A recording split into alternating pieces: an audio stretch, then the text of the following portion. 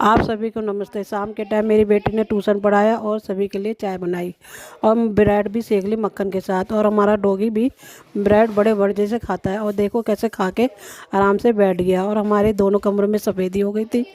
और फिर हमारा पलंग देखा तो सारा चूहे ने काट लिया था। फिर मैंने कहा बड़ई को बुला लाओ। फिर बड़ई आ गया घर में और देखा तो चूहों ने बहुत ज़्यादा काट लिया था। और जब बड़ई देख रहा जब भी उसमें से चूहे निकले, फिर हमने बड़े से पलंग सही करवाया, क्योंकि रात के टाइम बच्चे भी नहीं सो पाते थे तो इस मारे बड़े से हमने पलंग सही करा लिया।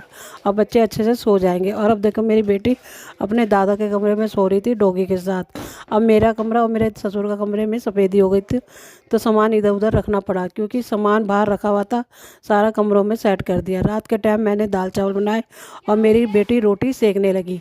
वो कह रही मम्मी मैं रोटी सेक लूँगी, तुम कपड़े रखे हैं वो धो लो। मैंने रात को कपड़े धो लिए, क्योंकि अगले दिन वीरवार था, मैं कपड़े नहीं धोती। फिर टाइम का कुछ पता नहीं चलता, सारा काम इधर उधर होता है तो पता भी नहीं चलता। फिर रात को ही मैं नहाई और मेरी बेटी भी नहाई और फिर हमने आराम से सोए।